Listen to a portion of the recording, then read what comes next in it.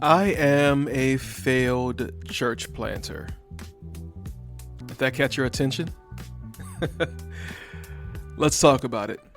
So I'm aware that we have had quite a few people join our Merry Band since we rebranded from the Pursuit podcast to Faith Formed. The mission hasn't changed. We're still pursuing God. We're still pursuing faithful formation. We're still trying to be formed by the renewing of our minds. We're still pursuing God. But what happens when the pursuit of God doesn't turn out the way that you thought that it would? Well, that's kind of what I want to talk about today.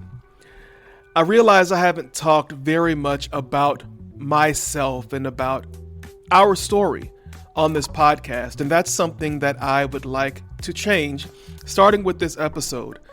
I have no scripts. I have no notes. All I have is my heart and my voice, and I want to really lay out for you kind of what obedience to God looks like, not in theory, but in practice, especially when it doesn't work or turn out in the moment the way that you think that it would. I mean, I wrote a book that just released back in September called The Purpose and the Pause about this very thing. And if I'm honest with you, there are times where I feel like a hypocrite for even publishing that book. But we're going to talk about all of that and more on this, the 27th episode of Faith Formed. I'm your host, Justin, and quite honestly with you today, I am simply someone who is trying to get clarity from God, just like you, and is trying to be faithful and obedient in all that God is calling me to do. Also, hopefully, just like you. So let's get into it. I started off with a statement that is very provocative or evocative, depending on who you are. I am a failed church planter. And you may be asking, why would I say that? Well, it's because we planted a church that's no longer meeting. So to give you the full context of this, I need to take you back probably now 11 or 12 years. At this point, we are living in Joplin, Missouri. And when I say we, I mean my family. We're living in Joplin, Missouri. We were attending a church, a Foursquare church, and we go to the area conference, which was in Branson, Missouri. And I remember that I was sitting in a breakout session that morning because our church was doing the morning and the evening worship. But that morning I was in a breakout session, and the session was on the fivefold ministry. You know, apostles, prophets, shepherds, evangelists, and teachers. And it was good to me. It was really good because I was trying to figure out kind of where I stood in that, because it's really cool. It's for the equipping of the saints. It's for the church, and I love the local church. And so I'm trying to figure out, God, where do I fit in this? Where do I fit in this? And it's really, really good. Okay. And then I have this encounter with God that is as real as anything that I have ever experienced in my life. No, God didn't sit down beside me in the chair and have a conversation with me, but God showed me kind of an open vision. And in this vision, I saw this clock, this timer, and it had an amount of time on there. I couldn't see what the amount of time was. That amount was blurry. But then I saw a fist come out of nowhere and slam down on a green button on top of this timer. There was a red and a green button. I saw this fist come down and slam on the green button so hard that the timer, it exploded in slow motion. All of the pieces were just floating outward, but the face of the timer, it was clear. And while I couldn't see the numbers on the timer, I could tell that the time on this timer was cascading down quickly. And then I heard God speak to me, and he said that you and your wife, you and Trish, you all are going to plant a church at some point. And that was it. And I was so excited, y'all. I was so excited. I called my wife. We had just had a baby, and the baby was at home, and she was pumping. And I called her. I said, "Babe, God just told me that we're going to plant a church." And she was like, "Okay, bro, whatever. Let me get back to pumping." So we were excited about that. And we were just kind of wondering what shape it was going to look like, how it was going to happen. Well, mostly me, because my wife wasn't fully convinced. She was convinced because she was my wife and I was her husband, but she wasn't fully convinced. And then about three years later, it was after the worship session in our church, Destiny Church in Joplin, Missouri. That's where we were going at the time. And she came and she found me in the green room, and she was like, "Babe, 3 people today have confirmed what God told you 3 years ago about us planting a church. 3 people have come up to me today and mentioned something about us being church planters. People who would have had no idea what was going on." And so at that point, I'm like, "Oh yeah, it must be imminent, right?" Because you know how we get. When God is speaking to us about something, we think that it's imminent, that it is about to happen in that moment. And I'm being completely honest and transparent. I am pulling back the curtain on this because I believe God has asked me to talk about this. And I've been very hesitant to talk about this because I don't want to be perceived as a failure by my friends, by my family, because, oh, y'all, it's a whole thing. It's a whole thing. But anyway, we thought that it was going to be imminent, but it wasn't at all. And as a matter of fact, God did not say a single solitary thing to us about planting a church for probably a good 7 years after that. And when it came up again, it wasn't that God came down and said in our midst, or we were worshiping and God said, "It is time to plant a church. It wasn't anything like that. It wasn't anything, magnificent or supernatural. But it was simply that we were driving home to Mississippi for my mom's birthday party, her 90th birthday party. And my wife looks over at me and she says, "I'm just waiting on you to tell me where we're planting our church and when." Now, here's why that was significant to me. Because we didn't talk about planting a church anymore. I didn't pray about it anymore. I didn't pray about pastoring. I was just trying to live life. Life was hard. I was trying to live life and just figure out, how we're going to make it from day to day. I had no room in my heart to continue praying about church planting. I had no room in my heart to be praying to God about when I was going to start pastoring because it just hurt too much. Have you ever been in a position where you've just been praying and you're watching everybody around you? It's like you're praying your prayer for you when that prayer is being answered for them. And you're like, "God, what about me, God? What about me?" And I know that sounds selfish as all get out, but I'm just letting you know, this is me, okay? I'm being honest. I believe, an important part of fellowship and discipleship and community is being able to be honest with the people that you love. And I love y'all, so I'm being honest with you, okay? So my wife asks this question as I'm driving to Mississippi, and it was profound for me. And my eyes bucked, and I looked at her and I said, "Why would you ask me that question? Like, that this is a sore spot for me." And she's like, "Oh, I'm just trying to make conversation and keep you awake." And in my heart, I felt like it was God bringing it back to bear, saying, "I haven't forgotten about you." And honestly, that trip home was kind of cathartic because we were able to really talk about some things. And I was able to really start praying about this again. And I remember we were at her mom and dad's house, and they were having an outdoor space built like a man mini house / she shed. Don't ask me how that works. Built on the property, and it had been framed out, and we were writing scripture on the framing of this kind of shed space. And I'm just walking around it, and I'm looking, and I feel the presence of God And I hear the Spirit of God say to me, just like as I'm looking at this framing, I hear the Holy Spirit just say really, really softly, all this time I have been framing your life. I've been framing your lives for what I'm about to put into it. And then my dad looks back at me and he says, nobody ever said that we had to stop dreaming. It's God's intention for us to keep dreaming. And I can't even recall that we were talking about anything of that nature. And again, it just felt like all of these things were converging, and I was having just this really special, powerful moment with God.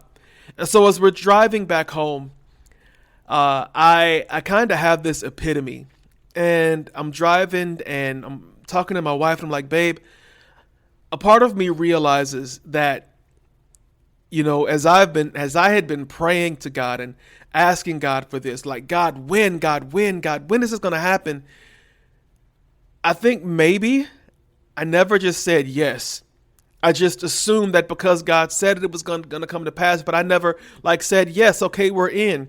And I said, babe, are we in this? Like, are we going to plant a church? And on that trip home, we said yes, formally.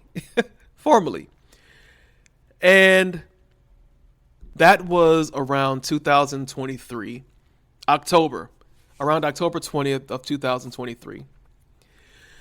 Now, I had forgotten that in my journal, I had woken up one night, and this was probably 2023, 2022. And God was speaking to me about a church plant, about a church that we would plant called Pursuit Church. And he told me what kind of church this would be, a church where we didn't put on airs, a church where we were understood that from the top to the bottom, we were people who were imperfect, but we were people who were going to be led by the Spirit, and we were going to pursue God's heart. We were going to pursue the hearts of one another. We were going to pursue the hearts of our community. Some churches have this thing where nobody walks alone, but people walk alone. And it's like, no, we're not doing that. We're not going to have people out here in this world, whether they look like you or not, whether they make the same money as you or not, whether they believe everything that you believe or not. I want you to build a space for people to not be alone. I want you to build a space where people can know that they are loved by God and that they are loved by the people around them. And it doesn't have to look like what anybody else does. What I'm calling you to build is Pursuit Church. And I wrote all of this stuff down. I remember I was writing furiously, and then I forgot about it because it didn't come to pass in that immediate future. But in the year between when we said yes to God on our way back to Texas from Mississippi and October 20th of 2024, when we had our first service, we were just praying. And I remember I was speaking for a youth camp right around my birthday, and I was in the back listening to worship, and I was journaling while I was listening. And I heard God say, it's time. I'm waiting on you. And, one of the things that we had been praying about was, God, we need new living room furniture. We need new carpet because our living room furniture was busted. Like the pleather, fake leather stuff on it had fallen off. It was falling in and all the stuff. It was bad. Our carpet, our house was well loved in. I don't say lived in. It was well loved in. We have 5 kids. So, y'all know, if you have kids, but God just kind of told us, man, y'all don't need to rent a space. Y'all don't need all of the pomp and circumstance. Y'all don't need the attention grabbers. I want you to start in your home. And so we kind of got to a point where we were like, okay, we can see this happening. Okay. But it was around my birthday, 2024. And I'm in the back and I'm listening to the worship happen in the front in the front on the stage. And God just, again, in my journal, I'm writing and I hear God say, on my birthday, it's time. I've been waiting on you. Y'all have been making excuses. it's time. It's time. And he gave me a date, October 20th of 2024. I wrote it down in my journal. If you were sitting here with me, I could show it to you. And I remember I called my wife after the session and I told her we have a date. And so we started making preparations. We were members of a church. And, I told our pastor, I believe that it's time for us to plant. And we didn't have a church planting organization. We honestly, we didn't have friends who were even willing to plant the church with us. The people that we consider friends, they're plugged into churches. And so we weren't going to ask them, to leave and to join us in something that may not fit them, that may not serve them where they are, that may not help them. Now, in hindsight, did we make enough invitations? Probably not. Did we make some assumptions that our friends wouldn't want to help us? Probably to avoid some rejection. But October 20th came and we started and we invited people. And there were people that we went to church with who said, oh yeah, we love to just come through and support. Like, yeah, man, come through. So we're not there by ourselves. And that first service, oh my gosh. We weren't by ourselves. We had a couple of people come and join us. My wife's sister and her family came, and it was so cool. And we were meeting every other week through December, and it was just beautiful. And people would come. There were some people who came who didn't know God, which was awesome. There were people who used to go to church, but they didn't anymore, and they came. And I remember one of my coworkers came, and she was like, man, if this is what church is like, I could get down with this. She didn't come back, but I grabbed a hold of that, and I thought, man, God, you're really in this. This is cool. And we were so excited. Y'all. So excited to the point that when it was time to clean up for church, our children didn't grumble. They didn't complain. They just did the tasks that needed to be done for church to happen in our space. And it was a blessing. It was a blessing. We had nothing fancy, y'all. I was, on my guitar playing the best I could, which is not the best, but it was something. We were singing, and our singing was not the best, but it was something. And I gave a message, and it wasn't the best, but it was something. And we got something out of it. And after our services, we would gather in a circle, and we would talk about what God was saying to us in the message. It was special. It was special. Our most well-attended service was our Friendsgiving that November of 2024. And I think we had about 23 people in our home, and we were all eating, and, we had worship and a short message, but it was the communion of it that stood out to me. We had a feast, y'all. We had so much food, and it was beautiful. And it was after that Friendsgiving that the bottom fell out. People quit coming. In January, we felt like God was saying, okay, it's time to really put the reps in. I want you to go every week. So we started going every week. And every week we were getting the house ready, and nobody was coming. And so we were having services with just my wife and our kids, still doing worship, still doing the message. We were, streaming the services onto TikTok and onto Facebook. And the response was pretty good on TikTok. TikTok people show up. But in the back of my mind, it was really starting to take a toll. And there was this frustration that was building as January became February, and February became March, and March became April, and nobody wanted to come. Nobody was able to come. And it was wearing. It was really wearing. And it felt like God was quiet. And we thought that we were being faithful and stacking wins by just continuing and, to do this. And we had invite cards that we were giving away, and, I'd put them out in different places. And in some ways, I think maybe we were doing stuff wrong. But again, God hadn't told us. Matter of fact, when we prayed about joining an organization, like a Stadia or a Texas Baptist.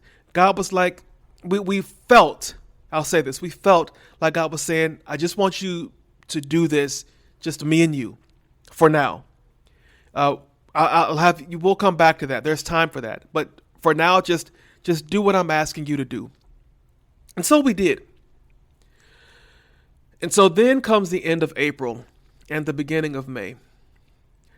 We had a meeting. We went out to dinner with the couple that kind of turned into kind of a pitch for a church planting organization. And I'll be honest with you. The church planting organization, the assessment process, it's always frightened me because I deal with this fear of rejection that God is still working with me on. And so this whole idea of going through this whole assessment where they go through your whole life, you lay your whole life bare before these people that you don't know, and they say whether they green light you or they red light you. Green light you, yeah, we're in this with you. Red light, you're not ready for this. And I think there was a part of me that was like, I don't know how anybody would approve me. And that self-perspective kind of probably kept me from truly looking honestly at the assessment process. But anyway, so we're in this dinner that becomes a pitch for an assessment.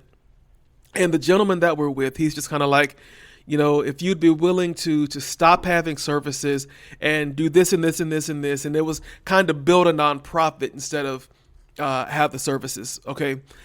And we took all of that and it didn't bother me, but I woke up the next morning and that was the first couple of days of May. And it was a Sunday. And back in those days, on Sunday mornings, I would go to coffee shops. I would sit with a sign. And sometimes people would sit and have conversations with me because I'd have just different signs offering to buy coffee for a conversation. Or the sign would say, I'm not as weird as this sign makes it seem. Local pastor trying to get to know people, whatever. But I remember I sat down in this coffee shop, right? But before I even got to the coffee shop, the first thought that I had when I woke up that first Sunday in May of 2025, it was like Satan was waiting on me with a thought bomb to drop on me and he was waiting with the ambush. And when I woke up, I walked right into it. Because the first thought that I had that morning was, you should just quit. You should just quit. The people here in Frisco, they don't know anything about Pursuit Church. So you should quit now and save yourself the embarrassment of quitting once you have people coming and you're not able to sustain this. And it made me stumble because the force of the thought was so powerful. And it hit me so hard. And as I'm driving to the coffee shop, y'all, I'm trying to blink tears out of my eyes. And I'm praying, God, this can't be true. God, take these thoughts away. God, speak your truth into me. I believe that we're following after you, God. Help us, God. Help us, God. Help us, God. And there's nothing. These thoughts are loud. And I get to the coffee shop and I sit down. And before I order my tea, I'm looking around and all I can think of, these people don't know who we are. Even if they did, they wouldn't want to be affiliated. So I don't even know why I'm here. I didn't pull out my laptop. I didn't pull out my sign. I just went back to my truck and I called my wife and I told her what was going on. And she said, okay, well, we'll cancel service for today. And we canceled service for the day. And you know what still pains me to that day? Somebody knocked on the door at 5 o'clock, wanting to come to service. Somebody that we knew, somebody that we'd invited somebody who wasn't even associated with the church in that moment. And we had to tell them that we weren't having services that day. Y'all, that haunts me. That haunts me to this day. Like, that haunts me. The what if of it. Man. Okay. Honesty. Here we go. Keep it going. And so that ended up being, we haven't had another service for Pursuit Church. We've talked about things. We've tried to figure out how to get going. But y'all, it's 2026 now. It is February, of 2026. It's close to March. And we haven't had a service since May of 2025. And to say that I've carried guilt and I've carried shame about the way that went and the way that it ended, it would be an understatement. As a matter of fact, before the calendar flipped, God told me, son, I need you to change the narrative of what happened with Pursuit Church. You didn't disobey me. You did what I told you to do. But I'm like, but if we did what we told you to do, God, why didn't it work? Why did we do it and it still folded? Why couldn't we get anybody to come? Like all the anger and the pain and the hurt. And if anybody listening to me, if you were trying to do anything for God right now and it hurts and you're crying and you're looking at it and it may not work out, or even if you tried it and it didn't work out, yo, it's like that sometimes. And do I have answers for you? Nope. I don't have a single solitary answer for you. And so we've been dealing with that. And, there have been moments where we thought that we were close to restarting. And then there have also been moments where we wondered, did we do the right thing? Did God really call us to plant a church? Did God really call me to pastor? Did God really call us to plant a church in Frisco? Maybe there's somewhere else he wants us to plant. Y'all, we have questioned the entire thing, up and down, left and right. And as I give you this podcast right now, as I pour my heart out, as I tell you all what happened when we obeyed God, I am telling you this understanding that it might discourage you from obedience. But please understand that that's not the goal of me telling you all this. God told me to talk about the fact that our church plant, it didn't work. And in truth, when I say that I am a failed church planter, I know that I'm not the only one, right? But I operated with the hubris that because God had made us wait 10, 11 years, that when we finally got started, we were just going to take off. We were going to shoot to the moon. It may take us a while. And I look back and I think, man, what if we hadn't stopped? What if we haven't stopped? Because every day, y'all, I get a new Facebook message about a new church plant coming to Frisco. And if you don't know anything about Frisco, if Frisco ain't got nothing else, Frisco has churches, big churches. And then there are a lot of church plants coming in and they are pulling people in and they're doing great. And I'm like, God, why not us? Why not us? Why do we have to sit here? Why do I have to sit here with this pain and with this wondering what if? Why us, God? You made us wait 10, 11 years while there are people out here that are planting churches and they're pulling people and they are fully convinced.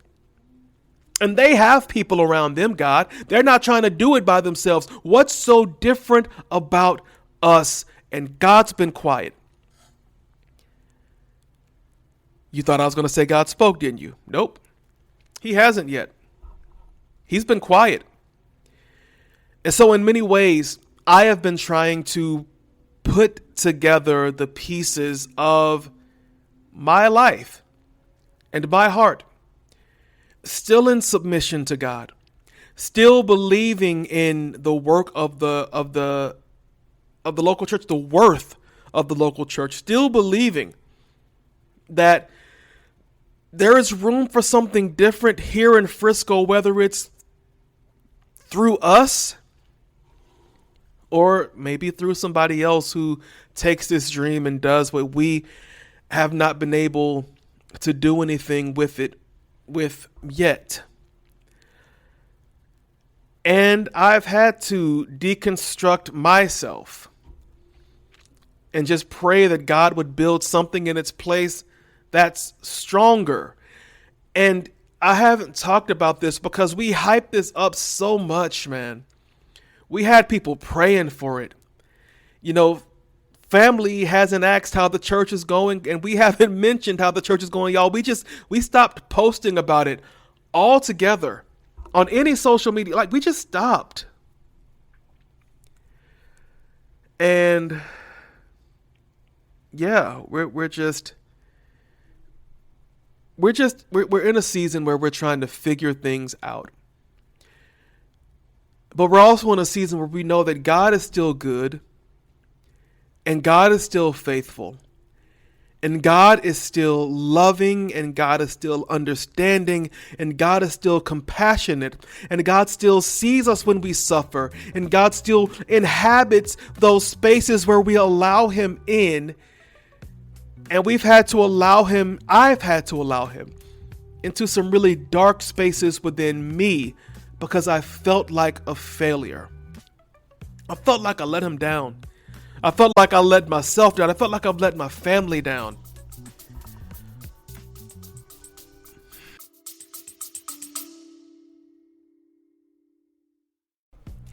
Hey, Justin here. If your season feels slow, you need strength for the middle. The Purpose in the Pause, my latest book, will help you trust God when life feels suspended. Grab your copy and grow through your pause. Available on Amazon. Now back to the episode.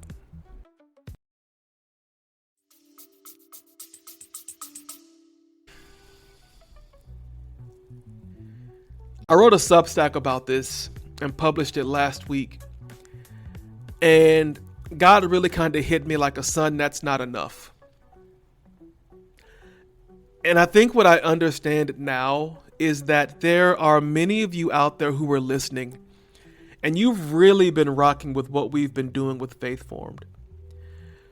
But I think it's important that I also understand that spiritual formation is a churchy word, right?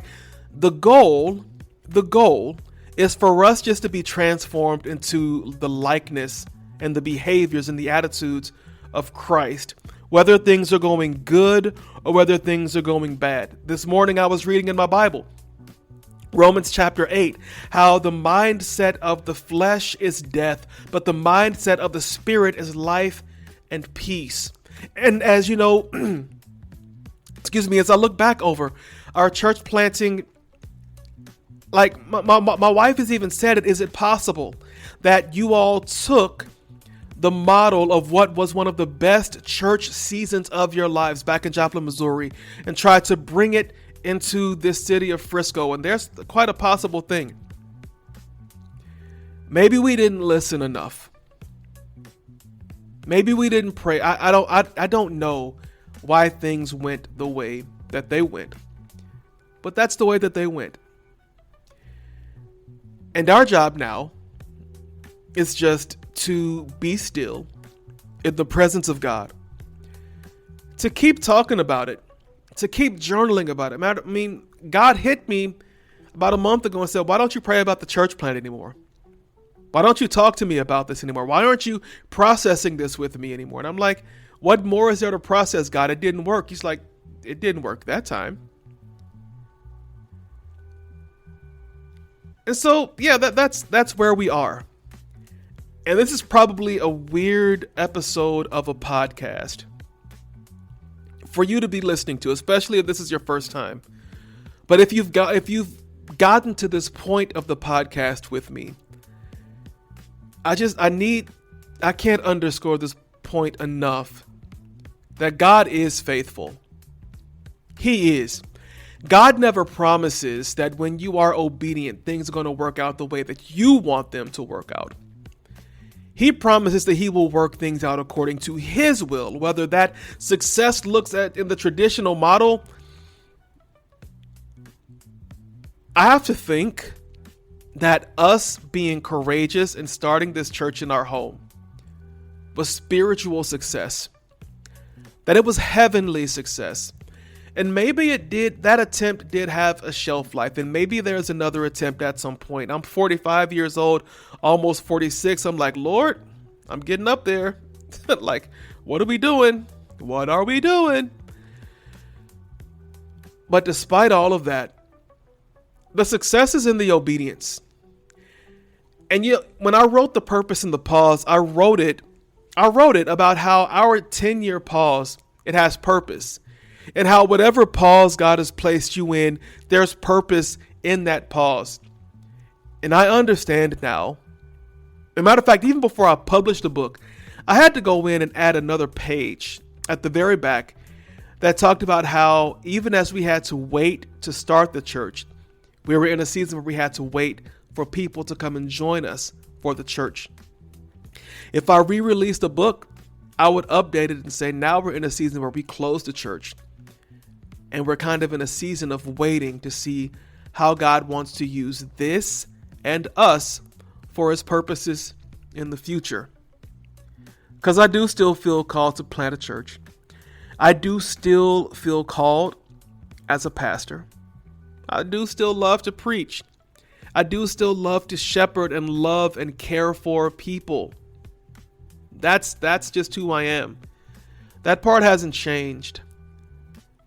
But maybe the mold or the model or the location will. And so we are doing life the best that we can. I'm still working on books that I want to write. I'm still podcasting. We're still, my wife and I are still loving one another deeply. We're still loving our children. We're still loving our family. And we're still listening for God. And if you're in a season right now where that's the best that you have to give, then I want you to understand that point is still holy. If you're just listening for God, if you're just still trying to figure out, God, what's going on, understand that place right there is holy unto God. It is holy. Don't decry it. Don't demean it. Don't think that you're being stupid. Don't think that you're being needy. I'm telling you, that is holy ground. When you don't know what to do, when you don't know where to turn, when all you can do is fall to your knees and look up at God with tears in your eyes and say, I don't understand this. I don't understand you. I don't know what is going on. Understand, family, that is holy, holy, holy ground. Respect it as such. Esteem it as such. Because the Spirit of God is with you in that place. And God is not angry at you if you're angry at him. God is not angry at you if you're frustrated at him. God is not angry at you if you blame him. God is not petty. God is not human. God is above it. And he wants you to bring all of that pain. He wants you to bring all of that wondering. He wants you to bring all of that misery. He wants you to bring all of those tears. He wants you to bring all of that to him in the holy place. And he may not give you answers. Or he may. He may make you wait for it. But please know that even though it feels like everything has stopped, the gears have ground to a halt, God is still there. God is still faithful. He's so faithful. He's so faithful. And he's not going to leave you to rot. Even now, as we wait for what's next for our family, I know God is still working something in us. And God is still perfecting this pathway that he's called us to walk. And so it's okay. It doesn't feel okay, but that's why we're not feelings led. That's why we are spirit led. And so that is who I am. That's me. That's who I am. And I wanted to make this episode. Now, truthfully, I didn't want to make this episode, but I felt like it was the right episode to make. Just a good pausing point between everything that we've been talking about and everything that's going to come after this. I need you to understand that I am not a man. I'm not a pastor who claims to have every ounce of answers. But I love God. I trust him. I want to be obedient to him. And I want that for you as well. And so thank you for listening to episode 27 of Faith Formed. I'm your host, Justin. I have a new website, justindbelt.com. You can find a lot more about me, connect with me there. You can listen to the podcast there also, which is a cool feature. Send us an email to the website in the show notes, in the episode description. Follow us wherever you see us. We are Faith Formed Pod on TikTok, Faith Formed on Instagram, I believe. My personal is _JB Speaks. I really want to build a community. I want to be in community with you. I want to help you. I want to pray for you. I want to pray with you, however we can be of a help to you. In this life of faith, that can really be hard. That can feel lonely sometimes.